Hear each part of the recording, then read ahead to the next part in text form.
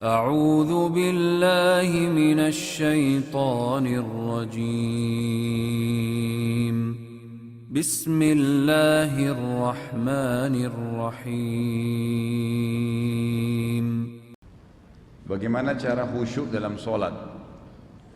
Pertama, yang paling pertama kiat khusyuk itu bangun asas ibadah Anda dengan kalimat keyakinan yang pernah saya jelaskan dulu.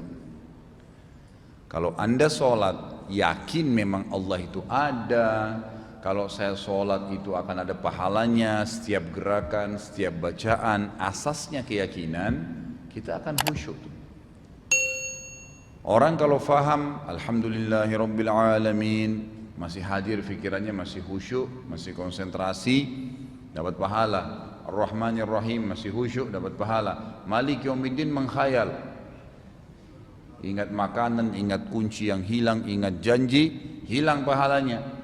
Berarti dengan antum yakin bahwasanya itu akan berpahala kalau saya konsentrasi, tidak membiarkan syaitan mencuri satupun celah dari bacaan saya, dari gerakan saya, tetap konsentrasi, maka itu kan akan otomatis khusyuk, ya. Karena khusyuk itu bahasa kita konsentrasi sebenarnya, ya. Ini jangan tambah terus ikhwah, ya. Ini udah banyak nih. Apalagi sampai terulang. Yang kedua, gerakan dari wudunya, gerakan dan bacaan sholatnya benar. Itu yang kedua. Jadi pertama yakin dengan keyakinan asas akidah mengerjakan ibadah. Yang kedua gerakan bacaan, itu kan wudunya semuanya benar sesuai dengan tuntunan wahyu. Yang ketiga, merapatkan shaf kalau sholat berjamaah. Karena Nabi SAW mengatakan dalam hadis, ya, rapatkan dan luruskan shaf kalian, karena saya melihat syaitan masuk di antara shaf kalian yang tercelah, ya, terbuka celahnya, bukan tercelah, terbuka celahnya, itu seperti anak domba yang masuk di antara domba-domba besar. Nah, banyak orang kalau buka ngatur shaf kan kakinya kayak kipas. Nah, yang benar itu tumitnya antum buka. Ya, gitu. Jadi kaki kita sejajar begini. Jangan gini ya. Kalau kita buka begini, maka teman juga di sebelah buka begini, nanti ada celah antara tumit saya dengan tumit dia. Tapi kalau tumit antum buka dan patokannya shaf itu adalah pundak, jadi nggak usah terlalu besar, jangan juga kecil. Ada orang masya Allah badannya besar, kakinya dirapatin sama dia. Jadi orang di sebelahnya biar ngejar juga nggak bisa. Ada juga orang badannya kecil, kakinya terlalu lebar, ngambil tempatnya orang. Nggak usah. Patokan shaf itu hanya pundak, sejajar dengan pundak kita. Kemudian tumitnya dibuka. Kata para sahabat dalam hadis yang sahih, kami di zaman Nabi SAW kalau sholat sudah diiqomahkan, maka tumit-tumit kami bertemu. Buka, teman di sebelah juga buka, spontan tumitnya akan ketemu, gitu kan?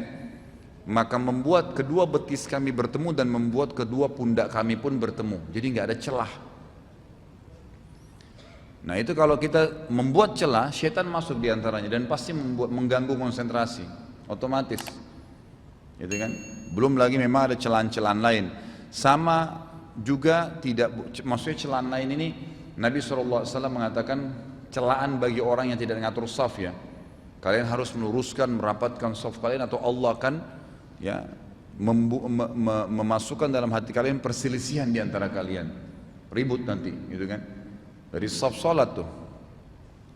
Sisi yang lain, antum juga kalau sholat berjamaah kayak di masjid sini ikhwah, patokan shaf itu harus tumit. Maksudnya selain tumitnya tadi dirapatkan, dibuka ya kakinya. Jadi kalau antum mengatur shaf nih, telapak kaki si A besar misalnya, telapak kaki si B lebih kecil. Biasanya yang antum jadikan patokan untuk rapatin shaf yang mana? Atas jari-jari atau tumitnya? Umumnya orang jari-jarinya. Coba misal telapak kaki ini besar ya, ini yang kecil. Dia patokannya seperti ini, ya. Otomatis tumit dengan tumit, yang satu maju satu mundur kan. Antum kalau lihat dari belakang berantakan nggak safnya? Jadi patokannya tuh bukan jari-jari kaki, tapi tumit. Jadi walaupun ini lebih kecil kakinya, tetap nggak begini nggak apa-apa. Ujung kaki kita lebih maju dari depan nggak masalah, tapi nanti tumitnya rata. Kalau antum lihat dari belakang tuh safnya rapi. Patokannya tumit. Makanya yang masuk di kotak saf itu diperhatikan tumitnya. Kemudian dibuka, gitu kan? Seperti itu. Dan juga berhubungan dengan masalah ini, nanti saya akan kembali ke kiat khusyuk sholat ya. Kalau antum lagi ngatur saf, tadi saya bilang patokannya adalah pundak ini sejajar dengan tumit kita, tumit dibuka, begitu seterusnya ya. Bukan cuma di rakaat pertama. Ada orang rakaat pertama semangat, rapatin safnya, bangun dari rakaat kedua, untuk rakaat kedua sudah berantakan kakinya. Ya berarti rakaat pertama bisa khusyuk, rakaat kedua hilang khusyuknya. Karena setan udah masuk. Jadi setiap rakaat bukan cuma bangun dari ruku, waktu i'tidal tetap kakinya terbuka. Jadi begitu terus. Karena pada saat kita sujud kan disunnahkan tidak membuka kaki ya, mempertemukan. Kalau sujud telapak kakinya dipertemukan. Kan gitu. Kalau berdiri dan kembali dikembalikan posisinya seperti awal waktu ngatur saf. Jelas ya? Itu yang ketiga. Kiatnya untuk khusyuk, safnya harus rapat. Yang keempat, ini ulama tambahkan ya. Yang keempat ini, kalau sudah mengerjakan 3 kiat tadi masih saja, maka ikuti hadisnya Utsman bin Abi Mad'un radhiyallahu anhu. Sahabat Nabi yang mulia ini mengatakan kepada Nabi SAW, ya Rasulullah, beliau sudah yakin Allah itu ada, Rasulullah adalah utusannya, keyakinannya sudah dibangun, ibadahnya dibangun di atas keyakinan. Beliau juga wudunya, sholatnya, gerakannya, bacanya sudah seperti yang Nabi SAW ajarkan. Kan gitu. Beliau juga sudah ngatur saf, tapi kok masih ada. Kadang-kadang beliau hadir, kadang-kadang lupa. Beliau mengatakan kadang-kadang saya lupa ya Rasulullah, kayak ada gangguan. Kata Nabi SAW, itu golongan syaitan yang bernama khinzib, yang bertengkar di sebelah kiri kuping musolli, yang pada saat orang sholat Allahu Akbar dia mulai mengingatkan apa yang paling antum pikirin. Bertengkar sama teman jadi bertengkar dalam sholat. Untung dagang dihitung untungnya dalam sholat, gitu kan? Kunci yang hilang, sampai ada orang bilang, saya Ustaz kalau lupa apa-apa saya sholat aja langsung ingat tuh. Pak Yoyo paling besar tawanya nih, tahuan nih. Jangan sampai gitu, karena itu tidak khusyuk, itu berarti tidak ikhlas karena Allah, karena mau cari barang. Jadi bukan itu, jadi syaitan memang menunggangin, namanya khinzib. Kata Nabi SAW kepada Utsman bin Abi Mad'un radhiyallahu anhu, kalau datang kepadamu itu, maka tiuplah ke sebelah kirimu 3 kali sambil baca a'udzubillahi minasyaitonirrajim. Ditiup ya, jangan meludah. 3 kali. Kata Utsman bin Abi Mad'un radhiyallahu anhu, ya, setelah aku lakukan tidak ada lagi was-was syaitan itu datang kepadaku. Kalau ada di antara antum bilang, saya sudah tiup Ustaz 3 kali tapi masih tidak konsentrasi juga. Coba lihat 3 poin yang pertama. Perhatikan saf antum. Antum sudah bangun di asas keyakinan belum kalau Allah lihat antum nih kalau sholat? Kan itu. Wudunya tadi sudah benar belum? Gerakan dan bacaan sudah benar belum? Kalau benar-benar juga sudah benar, tapi masih saja ya antum sudah betul di atas keyakinan, benar-benar tadi sudah bacaan wudunya, sholatnya, gerakannya sudah benar. Kemudian juga antum tadi apa yang ketiga? Safnya sudah benar.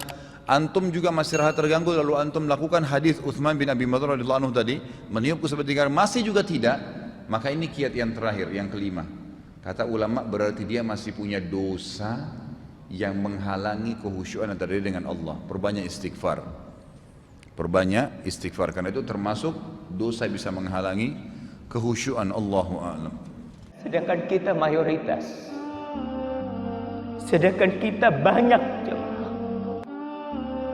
Kita banyak. Berapa jumlah umat Islam di Indonesia?